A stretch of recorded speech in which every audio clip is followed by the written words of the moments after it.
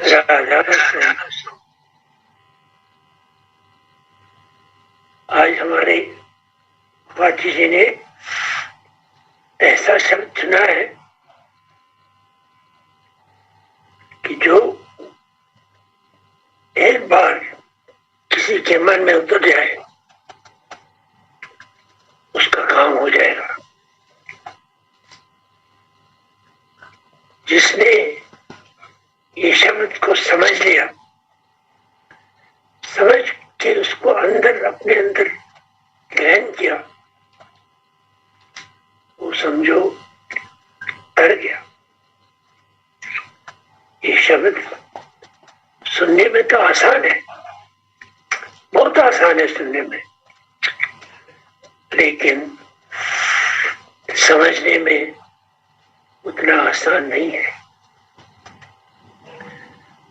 पहली लाइन में सारा कुछ है। पहली लाइन, तुम देश में, तुम काल में, तुम वस्तु में। यही एक लाइन अगर हम समझ लें, हमारा काम हो गया। इसको मैं एक ही शब्द में बयान कर सकता हूं, वासुदेव सर्वम। वासुदेव सर्वम, सब वही है, जो कुछ भी है वही है। सब जो नजर आता है, जो नहीं नजर आता है, सब वही है। एक और शब्द है वो वासुदेव कुटुंबकम, लेकिन वो छोटा शब्द है, वो सीमित है, खाली संसार के लिए सीमित है। लेकिन वासुदेव सर्वम ये बहुत बड़ा शब्द है और इसकी कोई सीमा है ही नहीं। मनुष्य, पशु, पक्षी, धरती, आकाश, समुद्र, पहाड़, जितने भी सारे चांद सितारे,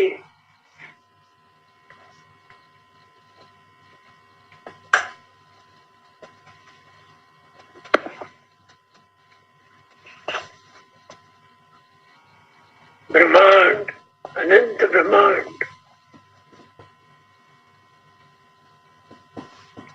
सब आते हैं इसी एक शब्द में, वासुदेव सर्वम। अनंत ब्रह्मांड। मैं हर सत्संग में एक बात दोहराता हूं,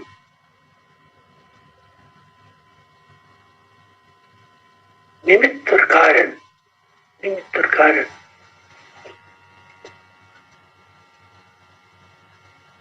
एक कुम्हार को घड़ा बनाना है, उसके पास रॉ मटेरियल है, मट्टी।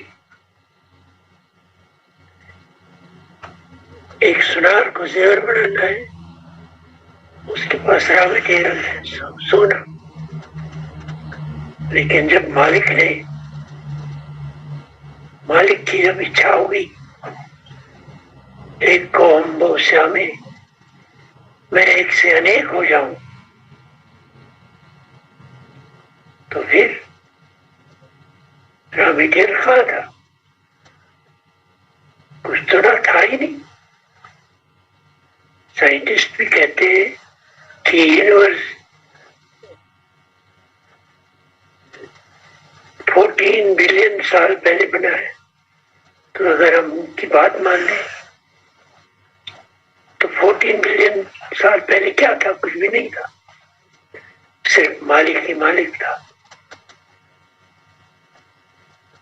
और उसके मन में इच्छा हो गई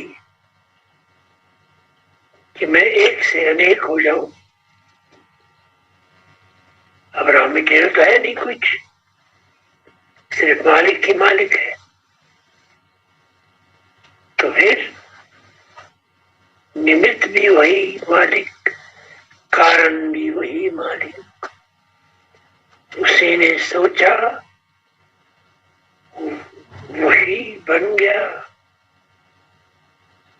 और उसी से सब कुछ बन गया।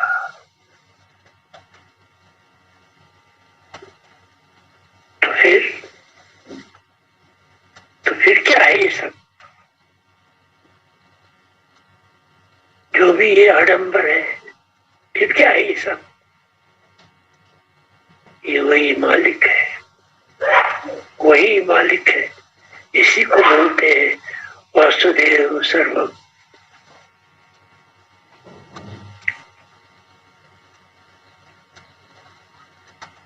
तीन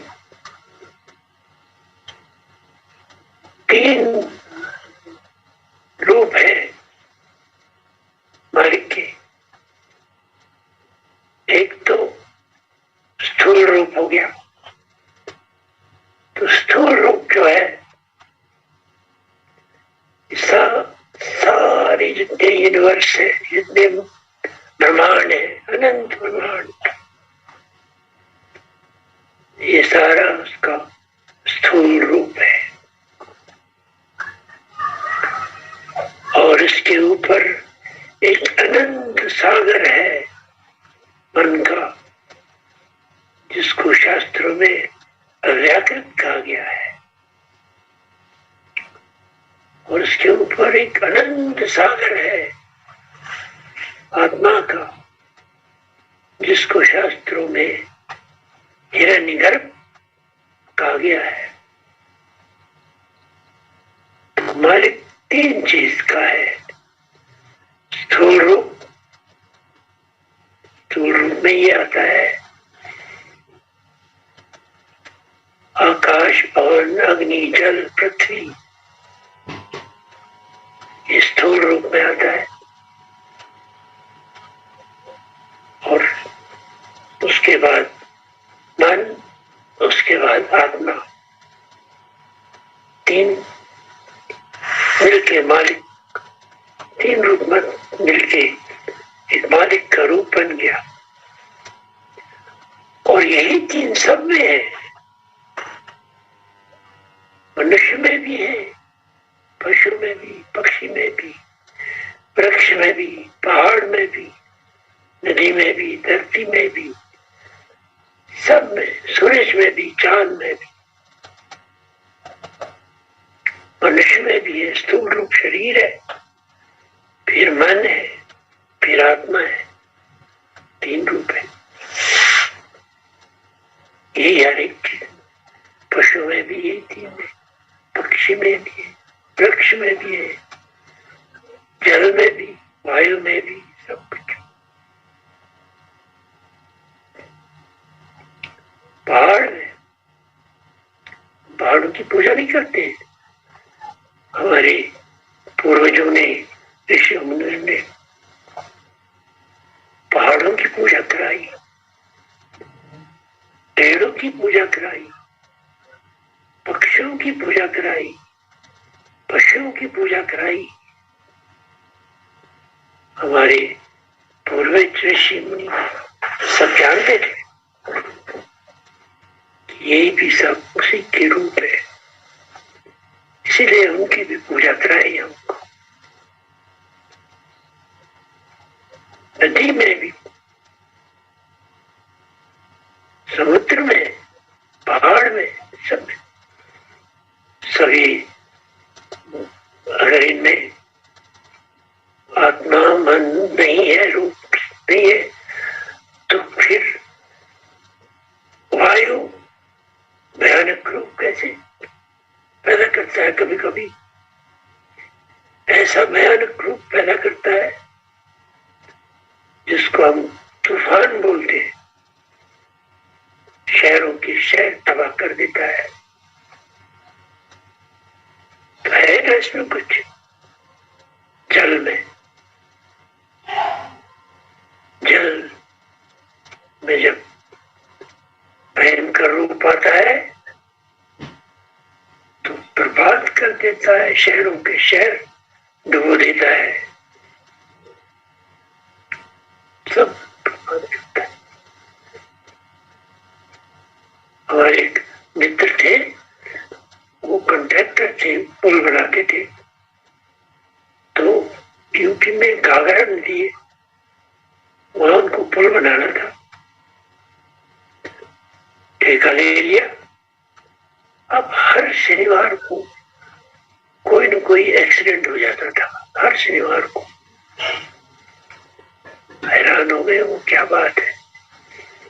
फिर उनकी समझ में आया तो एक शनिवार को क्या किया उन्होंने सब काम बंद किया और बाजार गए, सारे पूजा का सामग्री लाए, मिठाई लाए, सब कुछ लाए और नदी के किनारे बैठ के नदी की पूजा करी।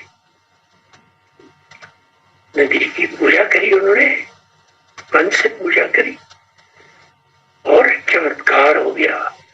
उसके बाद एक भी दुर्घटना नहीं हुई, एक भी दुर्घटना नहीं हुई। इसका मतलब क्या है? नदी में भी, जल में भी वही है, उसमें भी स्थूल रूप है, उसमें भी मन है, उसमें भी आत्मा है।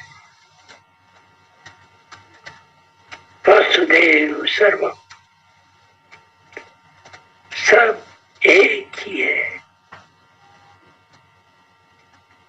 एक एक है, एक एक है। जाने जाननारा फकीरा, रूप तेरा अति प्यारा। एक ही है, दो नहीं है, दो ही। हमारे मन में दो ही रहती है, हमेशा हमेशा दो ही रहती है।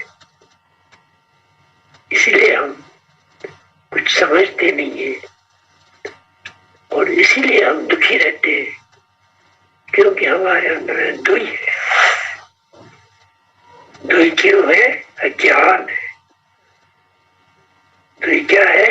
हम अपने आप को और भगवान को दो समझते हैं, अलग समझते हैं। और भगवान को ढूंढने हम कहाँ जाते हैं? बद्रीनाथ, केदारनाथ, अमरनाथ, चिंतपूर्णी, वैष्णो देवी, काशी, बनारस, द्वारिका।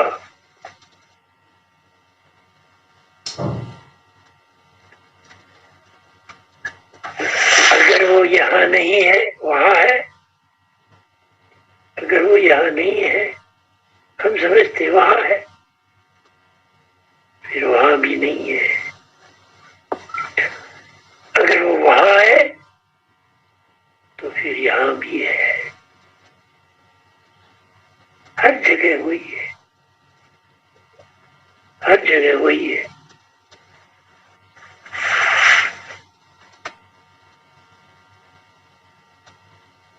अनुपासक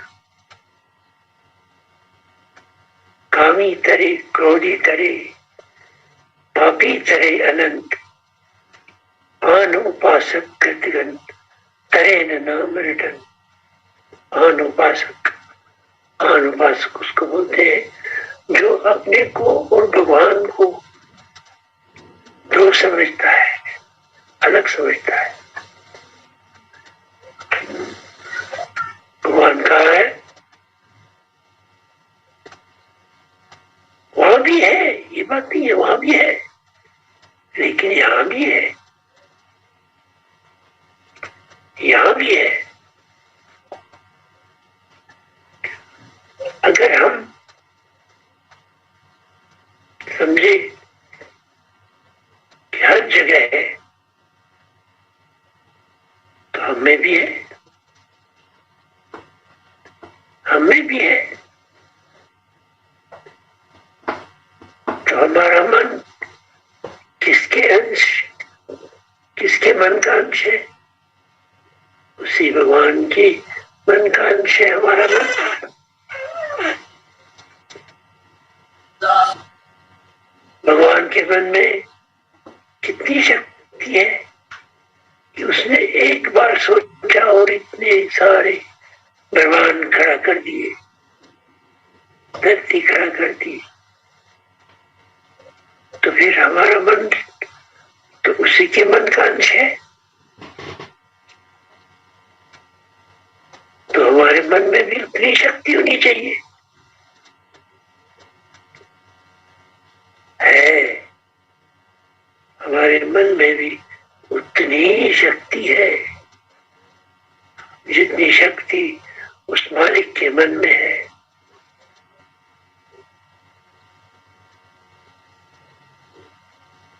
हम अपने आप को लाचार और बेकार समझते हैं और महाराज जी के पास जाते हैं ऐसे करके जैसे कि कुछ नहीं है। हमारे महाराज जी बचाओ, महाराज जी बचाओ। अरे किसको बचाए? समझो अपने आप को, पहचानो अपने आप को, तुम कौन हो। तुम्हारे में भी वही शक्ति है, वही मन है, वही आत्मा है जो गुरु जी के मन में है। गुरु जी का मन उसी आत्मा का अंश है और तुम्हारा भी मन उसी आत्मा का अंश है। तुम्हारी आत्मा भी उसी आत्मा का अंश है, गुरु जी की भी आत्मा उसकी आत्मा की अंश है। तुम्हारे गुरु जी में क्या फर्क है? कुछ नहीं फर्क है। जितनी शक्ति गुरु जी में है उतनी शक्ति तुम में भी है। पहचानो अपने आप को। हम अज्ञान में डूबे हुए हैं और अपने आप को लाचार और कमजोर समझते हैं। कुछ नहीं कर सकते। गुरु जी बचा लेंगे हमको। गुरु जी के पास जाओ, गुरु जी बचा लेंगे हमको। हमें कुछ नहीं आता है। सबसे बड़ा ज्ञान यही है हमारा। हम सब शेर के बच्चे हैं।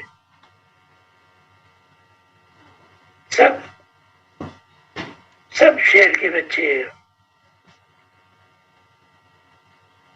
और शेर में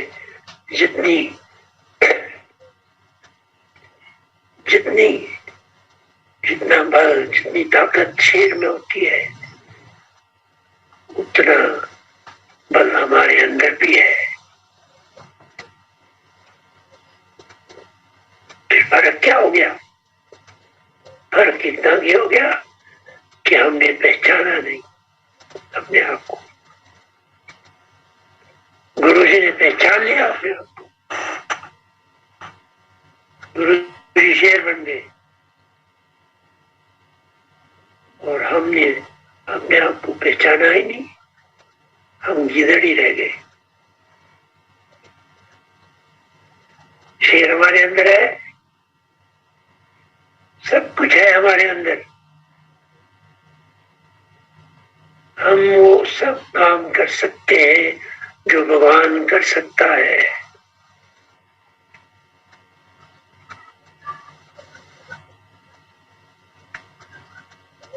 जब गुरु जी के पास जाते हैं कोई समस्या लेके, गुरु जी कहते हैं जा बेटा ठीक हो जाएगा और हमारा काम हो जाता है। फिर गुरु जी के कहने से हमारा काम हो गया। गुरु जी में क्या है? सींग लगे है उसमें, पूछ लगी है उसमें। हमारी तरह वो भी है, हमारी तरह कपड़े पहनता है, हमारी तरह खाना खाता है, हमारी तरह पेशाब करता है, बीमार हो जाता है हमारी तरफ भी। फिर गुरु जी के एक बात कहने से हमारा काम क्यों हो गया?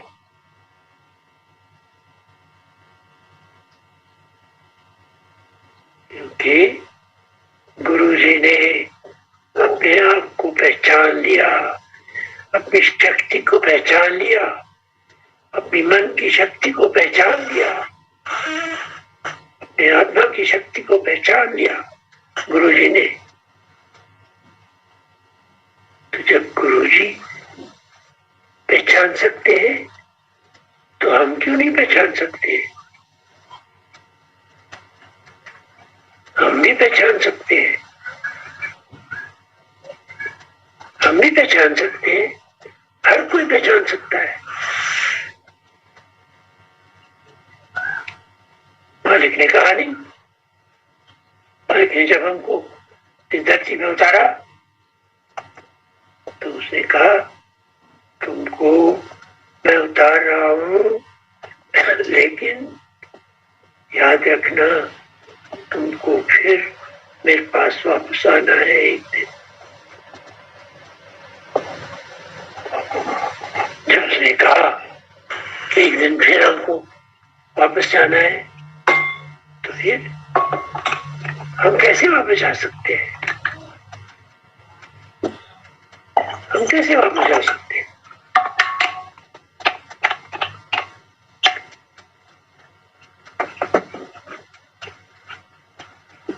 जब बच्चा पैदा होता है, संसार में आता है,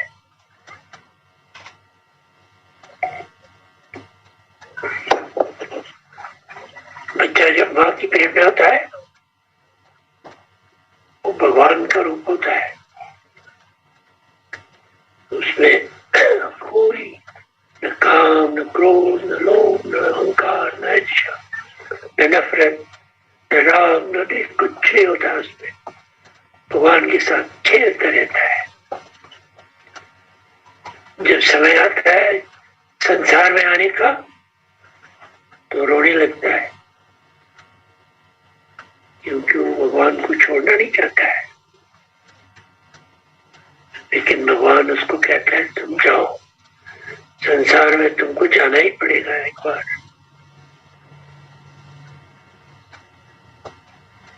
तुमको जाना ही पड़ेगा, लेकिन देखो, याद रखो, मैं तुमको संसार में भेज रहा हूं,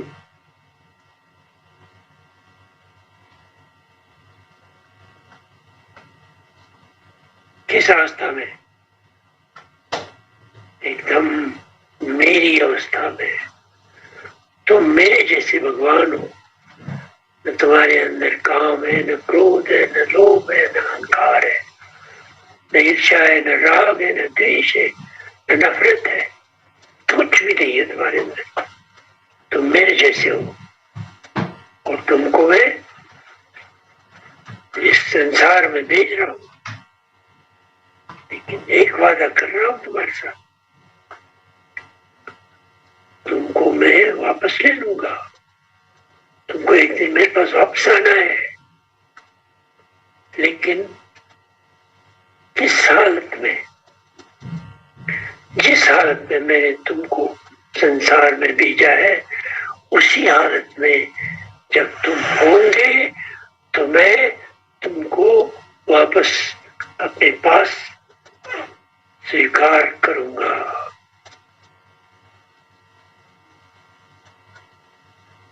इसका मतलब क्या हुआ? इसका मतलब हुआ कि जब हम संसार में आए तो हमारे अंदर कुछ नहीं था, न काम, न क्रोध, न लोभ, न अहंकार, न इच्छा, न नफरत, न राग, न द्वेष, कुछ भी नहीं था। ये चीजें सारी संसार में आके आपको मिल गई। अब हम, मालिक ने वादा किया हमारे साथ कि तुमको मैं वापस लाऊंगा, लेकिन मालिक ने एक और बात कही थी कि मैं उसी हाल में वापस ले लूंगा जिस हाल में उसने हमको छोड़ा था।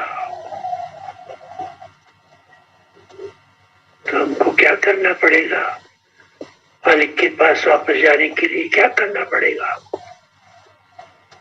हमको इन सब चीजों को छोड़ना पड़ेगा,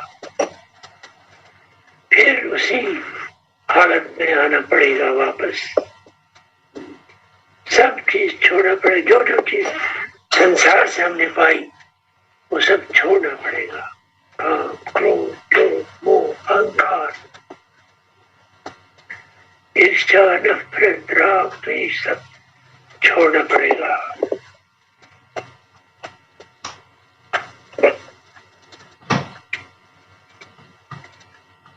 और जब ये सारी चीजें चली जाएंगी हमसे, तो मालिक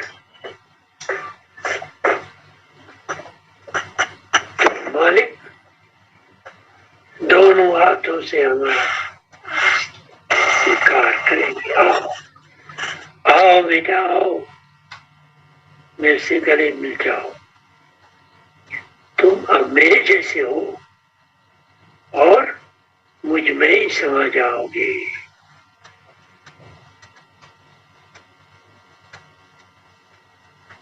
एक शुद्ध पानी का गिलास लो और उसमें एक गंदे पानी का कतरा डाल दो, सारे शीशे की गिलास पानी को गंदा कर दे और सब नजर आएगा हमको कि सारा पानी गंदा हो गया। लेकिन जब उस साफ पानी में एक साफ पानी का कतरा डालोगे तो पता ही नहीं लगेगा वो कतरा कहाँ गया, समा गया उसमें। इसी तरह भगवान भी शुद्ध है और जब हम शुद्ध हो जाएंगे तो उसमें मर्ज हो जाएंगे, फिर पता ही नहीं लगेगा हम कहाँ हैं। सागर में बूंद मिल गई तो बूंद सागर बन गई, फिर उस बूंद का पता ही नहीं लगेगा, क्योंकि वो सागर भी शुद्ध था, बूंद भी शुद्ध थी। इसी तरह आपस में मर्ज हो गए। तो हमको अपने आप को उस मालिक के अंदर मर्ज करने के लिए क्या करना पड़ेगा? हमको अपने आप को शुद्ध करना पड़ेगा, उस मालिक की तरह शुद्ध करना पड़ेगा। तो शुद्ध कैसे हो जाएंगे हम? जब हम अपने आप को पहचान लेंगे। जब हम अपने आप को पहचान लेंगे हम कौन है, तो हम शुद्ध हो जाएंगे। शुद्ध हो जाएंगे और हमारे मन में वो सारी शक्तियां वापस आ जाएंगी। फिर हम चमत्कार करने लगेंगे, अपने लिए भी और औरों के लिए भी चमत्कार करने लगेंगे हम, क्योंकि हमारे मन में सारी शक्तियां वापस आएंगी। विश्वामित्र था ना, विश्वामित्र ने 10,000 साल तपस्या करी। उसने कहा मैं एक जैसा ब्रह्मांड मालिक ने खड़ा किया ऐसे ही कोई ब्रह्मांड मैं भी खड़ा कर दूंगा। और तपस्या हो गई इसकी पूरी, और वो ब्रह्मांड, दूसरा ब्रह्मांड तैयार करने वाला ही था। सारे हल खलबली मच गई। नहीं, रोको इसको, ऐसा हो नहीं सकता है। साला क्या हुआ? जब विश्वामित्र के मन में सारी शक्तियां आ गई, हमारे अंदर भी वो सारी शक्तियां हैं, उनको बाहर करना है।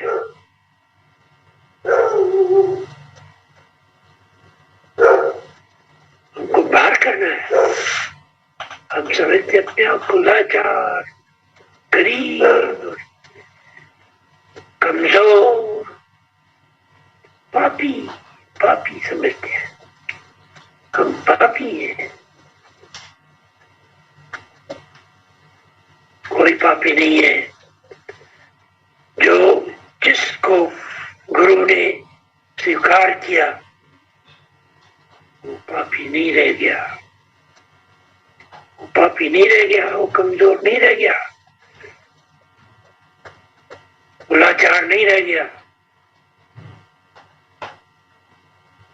शेर का बच्चा था, शेर बन गया। गुरु उसको शेर बना देता है। हाँ, गुरु के पास जाते हैं, गिदड़ बन के जाते हैं, ना समझ आए ज्ञान में गिदड़ बन के जाते गुरु के पास। लेकिन गुरु क्या करता है, हमारी पहचान कराता है। एक शेर का बच्चा फंस गया था भेड़ों में, तो वो भी म्यां म्यां करने लग गया और घास खाने लग गया। एक दिन शेरनी ने देखा, अरे ये तो मेरा बच्चा है, ये कहाँ फंस गया भेड़ों में। पकड़ के ले आई इसको, तुम मेरे बच्चे हो, शेर के बच्चे हो। वो म्यां म्यां करने लग गया, उसको ले गई तालाब के पास, पानी में देख, अपने आप की शक्ल देख, पहचान तू कौन है। तेरी शक्ल और मेरी शक्ल मिलती है ना? हाँ मिलती है। तो शेर का बच्चा है, देख अब जैसे मैं दाड़ूंगी तो भी ऐसे दाड़, और मैं करना छोड़ दे। शेरी ने दाड़ मारी, बच्चे ने भी दाड़ मारी, सारे भेड़ भाग गए। तो क्या किया, शेरी ने उसकी पहचान कराई, पहचान अपने आप को, तू शेर का बच्चा है।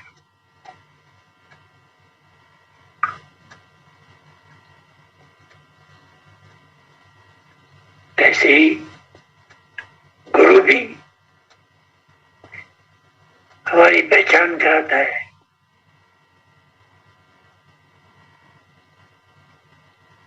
हम भी मैं करते रहते और घास खाते रहते, और गुरु हमको जगा देता है, जोड़ कर जगा देता है, जागो, तुम सो रहे हो, तुम कौन हो, पहचानो अपने आप को, तुम वही शेर के बच्चे हो, पहचानो अपने आप को।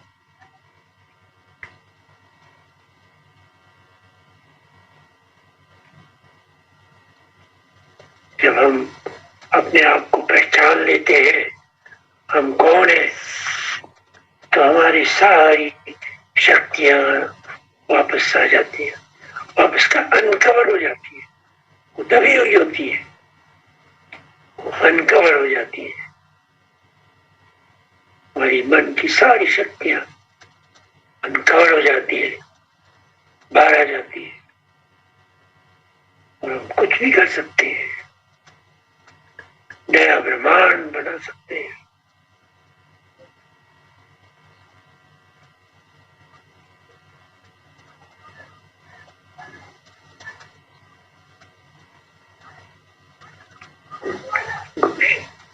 शुरू कहाँ किया था हमने, कहाँ से? वासुदेव सर्वम, सब वही है, सब वही है। दाता दयाल क्या कहते, तुम देश में काल में वस्तु में हो, तुमको क्या कर गाँव में, हर चीज में तुम भी हो। You are everything and everywhere.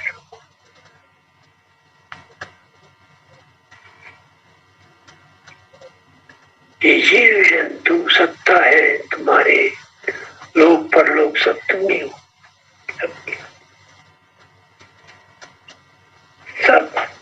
उसी के हैं, सब उसी का सत्ता है, हर एक चीज उसी का ही सत्ता है। लोक भी वही है, परलोक भी वही है, सब कुछ।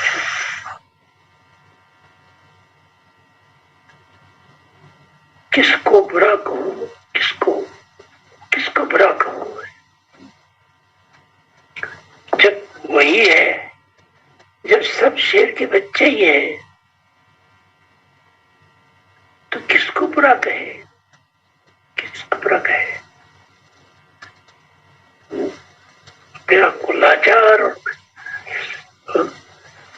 एक बार क्या हुआ, गांव पे सत्संग हो रहा था, तो ग्वालियर छेरा से कुछ लोग आए थे। उन्होंने एक कविता पढ़ी। उस कविता में क्या था? उस कविता में शुरू से अंत तक ये एक ही बात लिखी थी, मैं लाचार हूँ, मैं पापी हूँ, मैं गरीब हूँ, मैं निर्धन हूँ, मैं सब कुछ हूँ, शुरू से अंत तक। और वो पढ़ रहे थे और मुझे गुस्सा अंदर से आ रहा था, मेरे अंदर से गुस्सा आ रहा था। ये क्या पढ़ रहे हैं, ये क्या पढ़ रहे हैं? मैं पापी हूँ, मैं पापी शब्द तो हल्का शब्द है, इससे भी घने घने शब्द थे उसमें। मैं क्या हूँ? मुझे बड़ा गुस्सा आ गया, आकर मुझसे रहा नहीं गया। मैंने कहा बंद करो, ये सब बंद करो। तुमको पता नहीं तुम कौन हो? तुम शेर के बच्चे हो और शेर के दरबार में आए हो। शेर के बच्चे शेर के दरबार में आकर कहते हो हम लाचार हैं, हम कमजोर हैं, हम पापी हैं।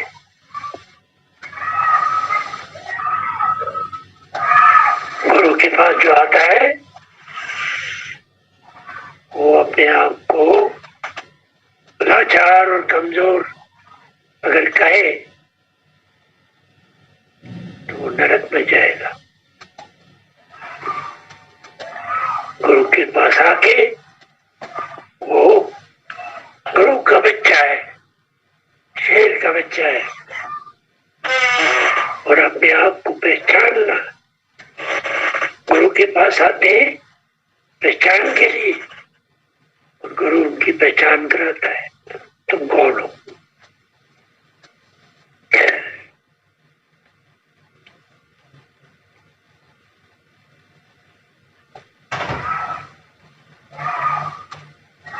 गुरु का काम ही है, गुरु का काम ही है पहचान कराना, सबको पहचान कराना।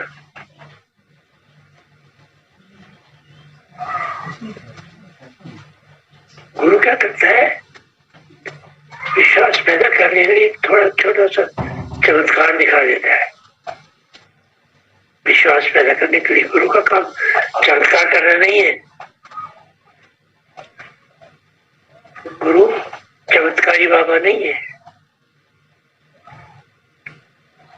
जो चमत्कारी बाबा होता है वो गुरु नहीं होता है, वो जादूगर होता है। उसको जादूगर कहते हैं, उसको गुरु नहीं कहते। गुरु चमत्कारी बाबा नहीं है, लेकिन वो चेले का विश्वास पैदा करने के लिए एक छोटा मोटा चमत्कार दिखा देता है, उसको कर देता है उसके लिए।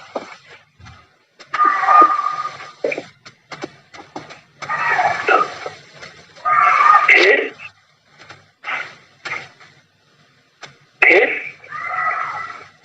मछली कांटे में फंस गई। फिर मछली कांटे में फंस गई। फिर क्या होता है? फिर वो गुरु का ही चेला बन जाता है।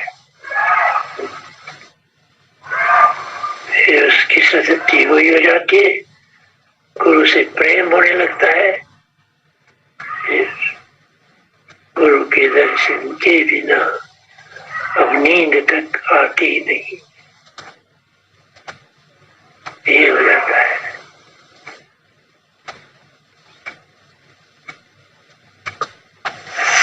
यही कहते हैं दाता दयाल, किसको मैं बुरा कहूं और अच्छा किसको बताऊं मैं, किसको, सब वही है, सब उसी मालिक के बेटे हैं। किसको हम किसको गाली दें? अगर हम किसी को गाली देते हैं तो अपने आप को गाली देते हैं, क्योंकि वो मैं ही हूं, वो भी वही है, वो मैं ही हूं। किसी को थप्पड़ मारते हैं, अपने आप को थप्पड़ मारते हैं। किसी से नफरत करते हैं, अपने आप से नफरत करते हैं। किसी को धोखा देते हैं, अपने आप को धोखा देते हैं, क्योंकि दो है ही नहीं, एक ही है, एक ही है, वो भी वही है, मैं भी वही हूं, एक ही है, एक एक है, एक है, एक ही यार नहारा, दो नहीं है,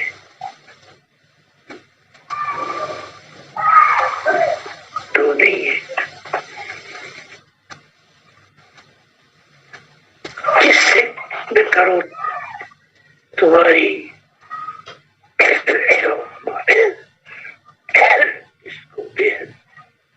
इसको भेद सुनाऊं मैं, जब तुम ही हो, किसकी शिकायत करूं मैं, किसका भेद सुनाऊं मैं? तुम ही हो, सब कुछ तुम ही हो।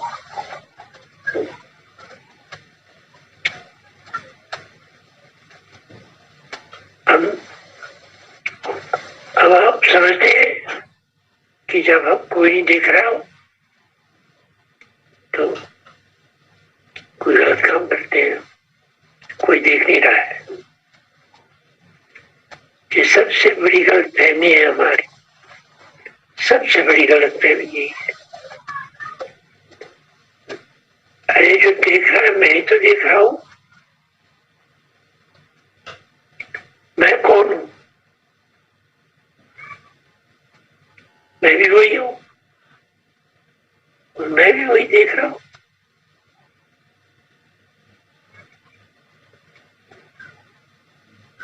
हम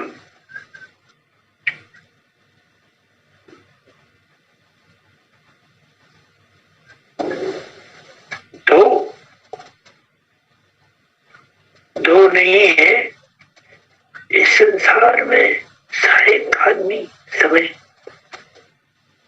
जानता है, जानता है। अज्ञान में, अनजाने में कह देते हैं।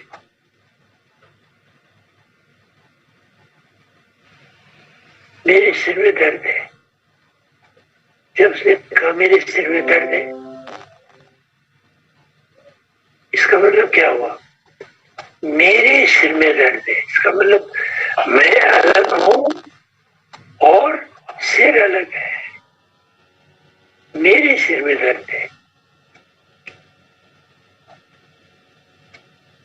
मेरी आंख में दर्द हो रहा है, मेरे कान में दर्द हो रहा है, मेरे पाँव में दर्द हो रहा है। मेरे अलग और पाँव अलग, ये दुनिया का हर एक आदमी जानता है, अनजाने में जानता है कि मैं अलग हूं और शरीर अलग है, लेकिन अनजाने में जानता नहीं है, समझ नहीं है। अनजाने में कहता है मैं अलग हूं, मेरा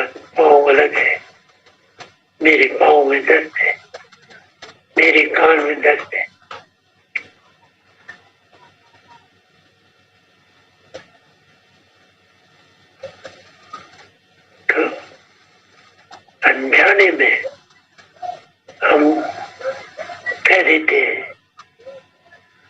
कि हम दो हैं, मैं अलग हूं, मेरा शरीर अलग है।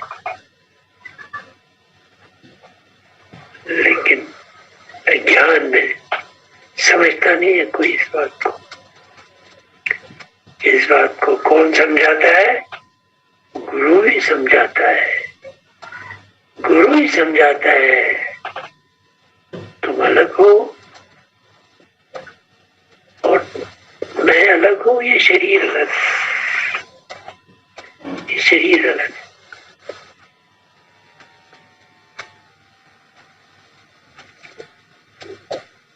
फिर क्या कहते हैं आगे दादा दयाल, किससे मैं तुम्हारी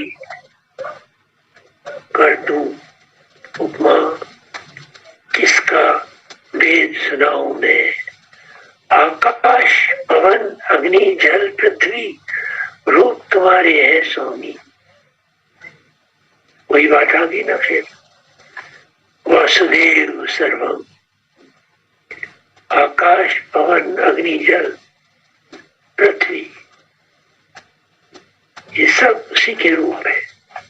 वासुदेव सर्वम, वासुदेव सर्वम। राधा स्वामी का रूप तथा चेतन विशेष का दर्श मिला। राधा स्वामी का रूप, राधा स्वामी ने जो अपना रूप दिखाया, अपना दर्शन दिखाया, तो चेतन विशेष का दर्श मिला। चेतना जो सबसे ऊपर उत्तम चेतना है, उसका दर्श मिला। सामान्य को तज कर इस विशेष से सच्चाने लगाऊं मैं।